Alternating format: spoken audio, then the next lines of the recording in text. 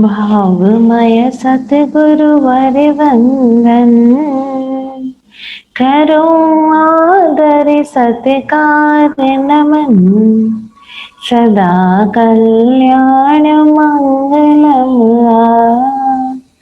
दिव्य गुरु चैत्यव हरिताता, करूं परियोपासन चित लाय। रहे साता का जतन उपाय, रहे साता का जतन उपाय। बोधि प्रदाता मुझे विराट गुरुदेव पूज्य वैभव श्री जी महाराज साहब को भाव बंदन। आभार गुरु शक्तियों का, जिन्होंने हमें यह अद्भुत ज्ञान दिया, यह अपूर्व अवसर दिया कि हम स्वयं को जान सके निष्पक्ष रूप से। इस यात्रा में प्रतिपल हमें गाइड करने के लिए उनकी वाणी एक टॉर्च लाइट का काम करती है। आभार उनकी प्रज्ञा को, आभार उनकी प्रतिपल बरसती कृपा को। समय बच्चिका सामायिक विज्ञान, इस पुस्तक की हम खंड 1 के तीसरे अध्याय का पहला चैप्टर आज हम पढ़ रहे हैं। हमने बहुत बार सुना है प्रतिक्रमण को आवश्यक सूत्र कहा गया। यह आवश्यक सूत्र है जो 6 हमें आवश्यक बताए गए। तो ये आवश्यक शब्द है क्या, है ना? तो इसका पूरा विवेचन हम यहाँ जान रहे हैं। पेज नंबर 80 आवश्यक पद एक विवेचन। बड़ा इंटरेस्टिंग है ये चैप्टर, और मैं तो इतना कहूंगी कि इस पूरी किताब में से अगर ये एक चैप्टर हम जीवन में उतार लेना, ये एक चैप्टर, ये एक शब्द हम जीवन में उतार ले, हमारी लाइफ किस तरह से ट्रांसफॉर्म होगी आप सोच भी नहीं सकते जी। ये एक शब्द, मात्र एक शब्द आवश्यक, क्या हमारे लिए आवश्यक है, और जो आवश्यक करणीय है वही हमसे हो, अनावश्यक ना हो। ये मात्र इतनी सी एक टैगलाइन हम अपने भीतर डाल दें, हमारी जिंदगी पूरी ट्रांसफॉर्म हो जाएगी। हमें कोई ध्यान, कोई साधना, कुछ एफर्ट्स करने की भी आवश्यकता नहीं रहेगी अगर हम ये एक शब्द को पूरी तरह से जान लें। इतना अमेजिंग है ये शब्द, इतना मल्टी डायमेंशनल है, लेकिन बात ये है कि हमें इसको होलिस्टिक तरह से समझना होगा। अगर हम इतना जान लें कि हमसे ये क्या हो रहा है, ये चैप्टर आपको लगेगा कि अभी तक तो हमने सामायिक की बात ही नहीं की है, लेकिन मेरा इतना कहना है कि ये एक चैप्टर आप बार बार पढ़ लो, समझ लो ये क्या चीज है, और इस एक शब्द को अपना ध्येय बना लो, इस एक शब्द को अपने मानस पटल पर लिख दो, अपने चाहे पासवर्ड डालो, चाहे आप स्टेटस पे डालो, कहीं डालो, लेकिन ये एक चीज आप समझ लो ना, आनंद आ जाए। आप रियली ट्रांसफॉर्म हो जाओगे। आपको कुछ रटने की आवश्यकता नहीं, कोई थियरी पढ़ने की जरूरत नहीं, कुछ भी नहीं। इतना पावरफुल है ये एक शब्द। आवश्यक पद एक विवेचन, पेज नंबर 80। जैन दर्शन में उल्लेखित आवश्यक शब्द प्राकृत आवश्यकताओं के निपटारे की बात करता है। ये शब्द अपने आप में बहुत ही गंभीर व आवश्यक अर्थ की तरफ इशारा करता है। प्राकृत आवश्यकताएं तो प्राकृत आज्ञा है, नेचुरल ऑर्डर है, अतः प्रकृति धर्म के रूप में स्वीकार की गई है। आणाय धम्मो, परंतु सामाजिक दायित्व को भी आवश्यक ही माना गया है। सामाजिक दायित्वों का निर्वहन आकृत आज्ञा, सोशल ऑर्डर है, अतः मंदिर स्थानक साधना स्थल से वापस सांसारिक कार्यों के निपटान हेतु प्रस्थान करते समय आवश्याय के उच्चारण का प्रावधान व निर्देशन दिया गया है। आणाय धम्मों के अनुसार सामाजिक दायित्व को भी आवश्यक माना गया है और सामाजिक दायित्वों का निर्वहन आकृत आज्ञा है, सोशल ऑर्डर है। अब समझना, जब आप मंदिर स्थानक या स्वाध्याय कुछ भी करते हो, वहां से जब आप वापस अपनी घर, अपनी दुनिया, अपने ऑफिस लौटते हो तो आपको निर्देश दिया गया आवश्याय। जब आप प्रवेश करते हो तो आपको कहा गया निस्सिही, सबसे डिस्कनेक्ट होकर अंदर जाओ।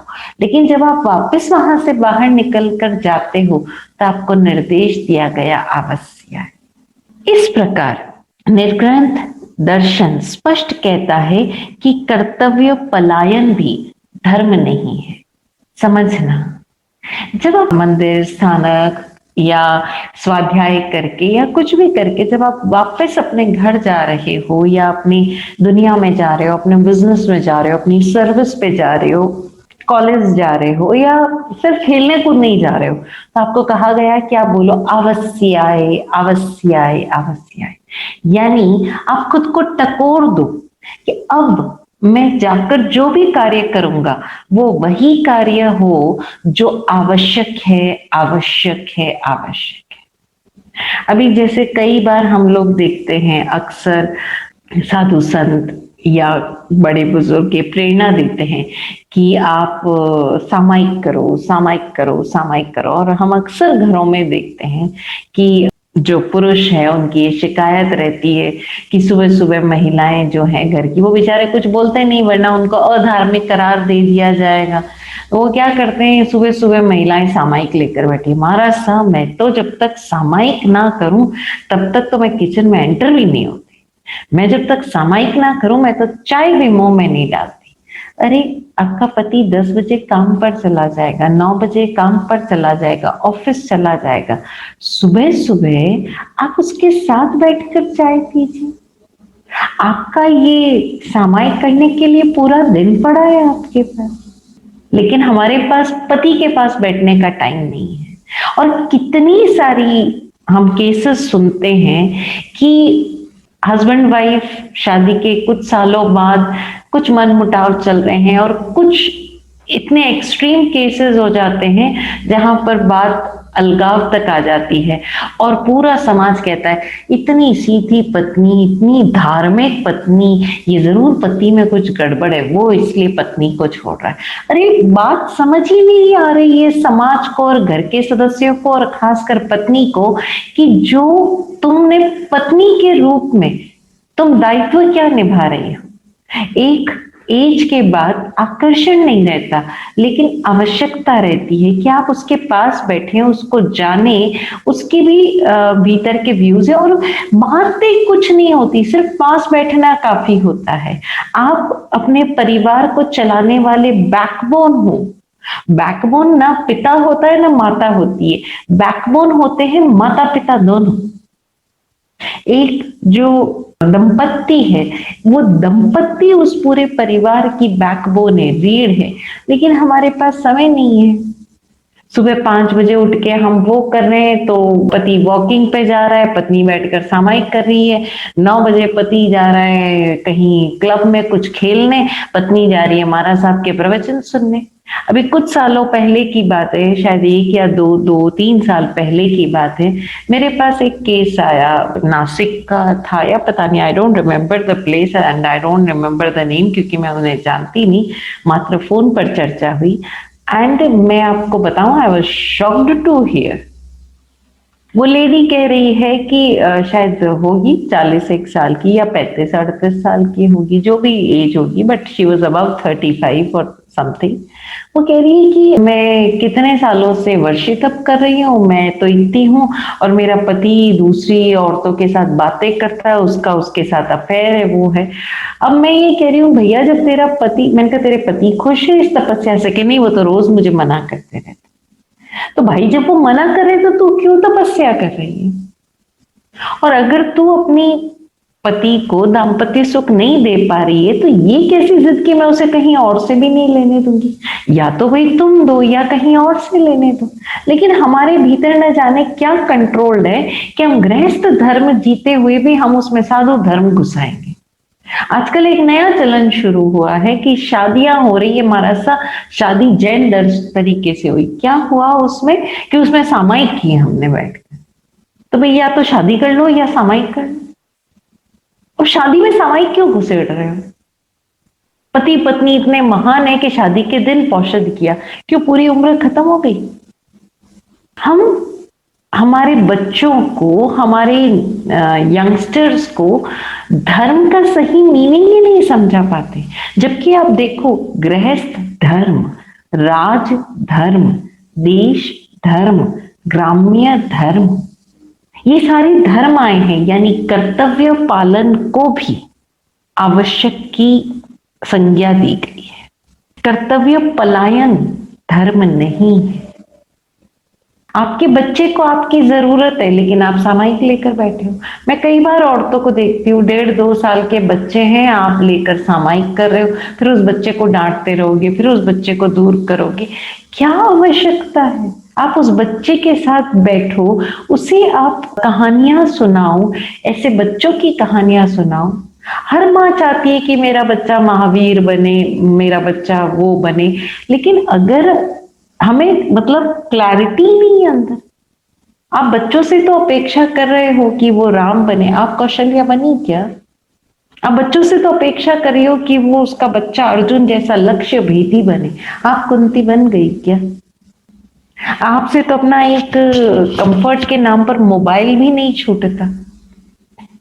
आज हम देख रहे थे विराट टॉक्स एपिसोड पर, बच्ची 12 साल की बच्ची जिसने पूरे अपने जीवन में 7 महाद्वीपों में से 4 महाद्वीपों की ऊंची चोटियां चढ़ी है, ऑस्ट्रेलिया की, अफ्रीका की एंड साउथ अमेरिका की, यूरोप की। 4 चोटियां चढ़ी। क्या वो 12 साल की बच्ची अकेली चढ़ गई? उसके भी दिन में 24 घंटे ही हैं, उसके भी साल में 365 दिन ही हैं। और वो लड़की ना सिर्फ माउंटेनियरिंग कर रही है, वो पियानो के 4 ग्रेड पास कर चुकी है, वो भरतनाट्यम डांसर है, वो कर्नाटक और वेस्टर्न म्यूजिक सीख रही है। कैसे किया उसने ये सब? क्या बिना माता पिता के गाइडेंस के या बिना माता पिता के सपोर्ट के वो ये काम कर पाती? हमें हमेशा दूसरों से कुछ चाहिए, हम अपने लिए क्या आवश्यक है ये जान ही नहीं पाते।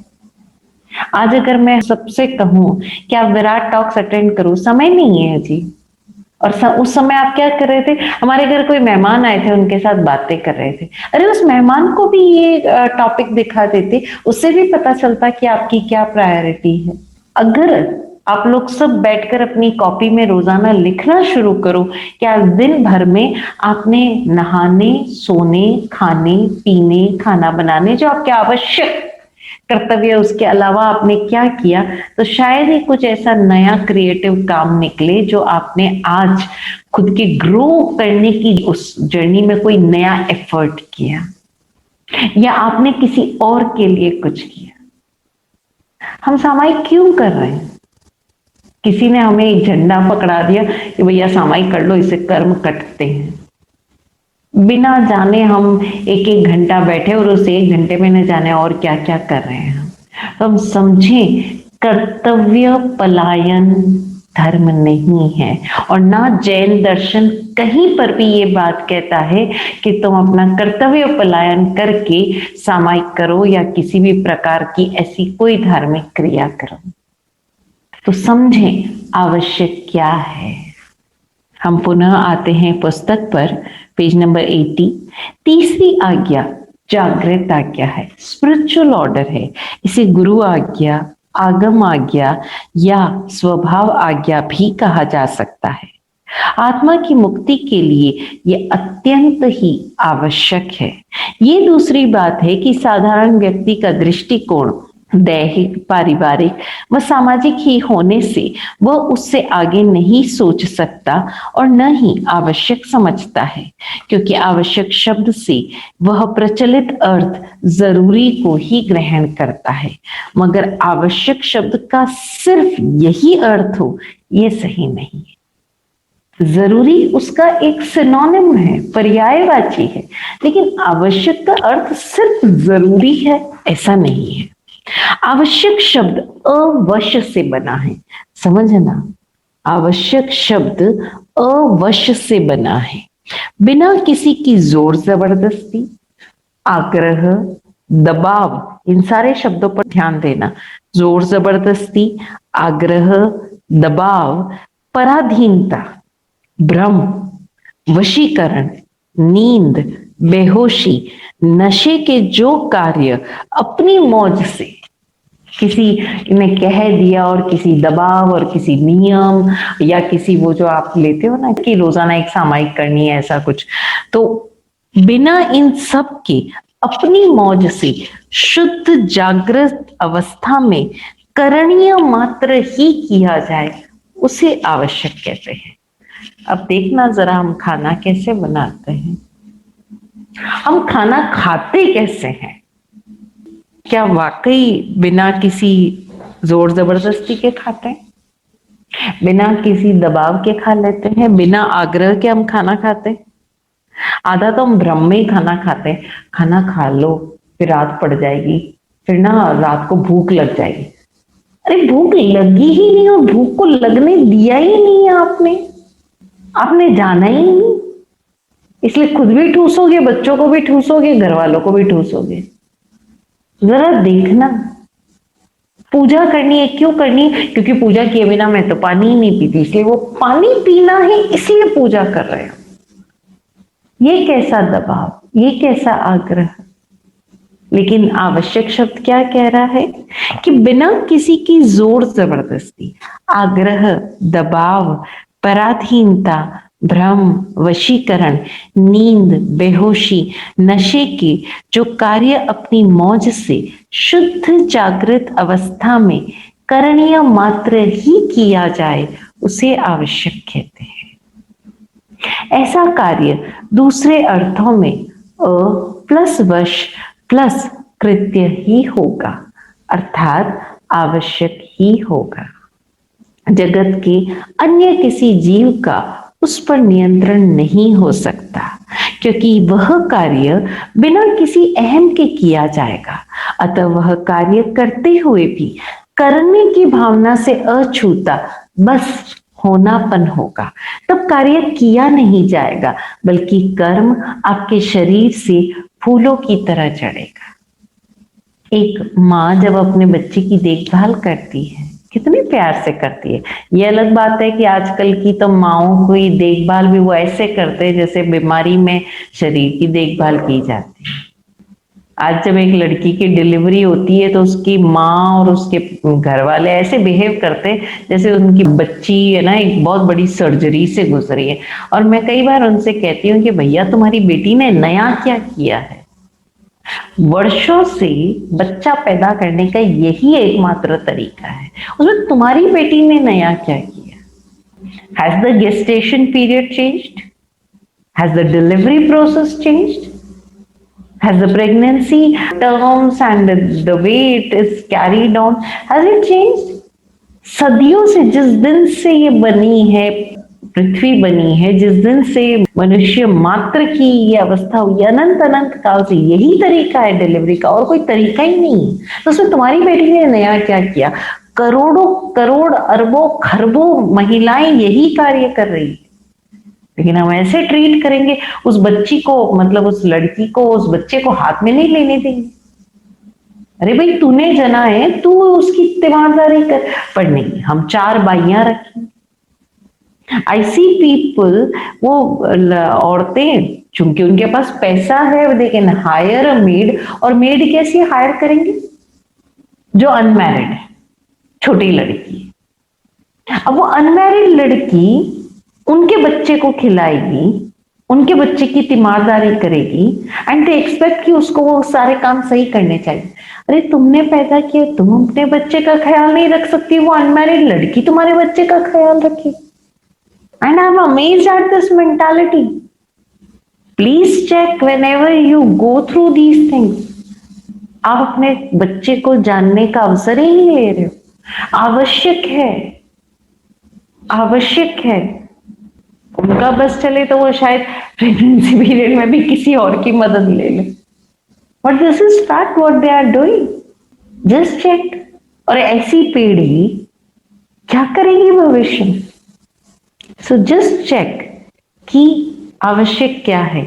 ऐसा कार्य दूसरे अर्थों में कैसा होगा? अ प्लस वश प्लस कृत्य, जहां किसी प्रकार का कोई वशीकरण नहीं है, कोई जोर जबरदस्ती नहीं, कोई दबाव नहीं है, कोई आग्रह नहीं है, कोई भ्रमणा नहीं है, कोई मान्यता नहीं है, वो आवश्यक है।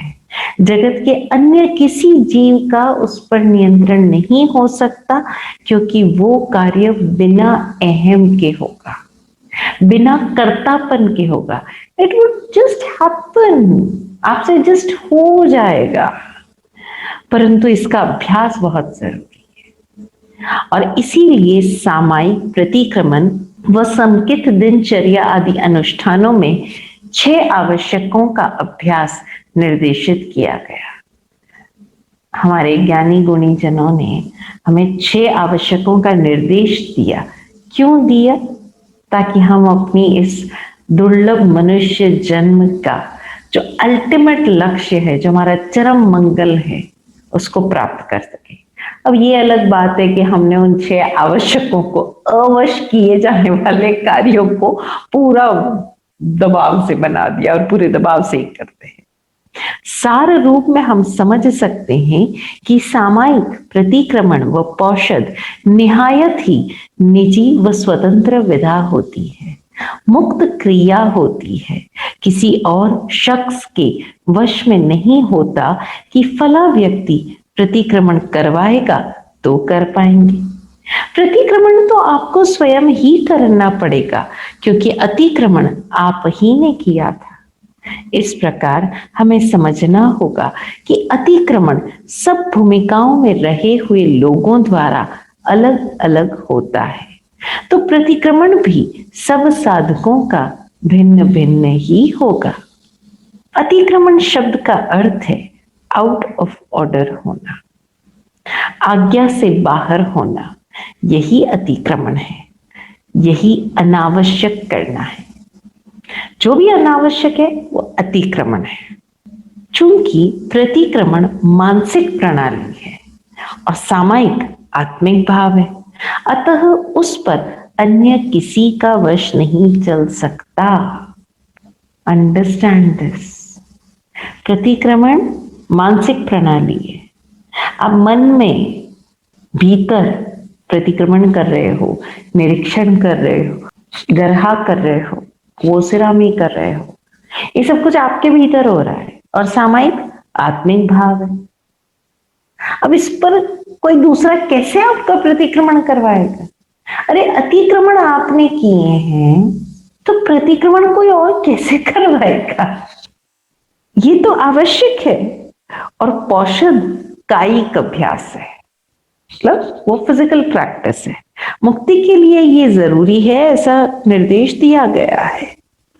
निष्पक्ष निरपेक्ष, निष्पक्ष बिना किसी पक्ष के, निरपेक्ष यानी बिना किसी अपेक्षा के, निशंक यानी बिना किसी डाउट के, व निराकर्षित यानी बिना किसी अट्रैक्शन भाव से जीवन को जियो। जी सकते हैं हम, ज्यादा मुश्किल नहीं। विदाउट एनी बायसनेस, अनबायस्ड होकर, विदाउट एनी एक्सपेक्टेशंस, डाउटलेस होकर, without any attractions and attachments जीवन जियो। और अभ्यास के लिए 6 आवश्यकों को जियो।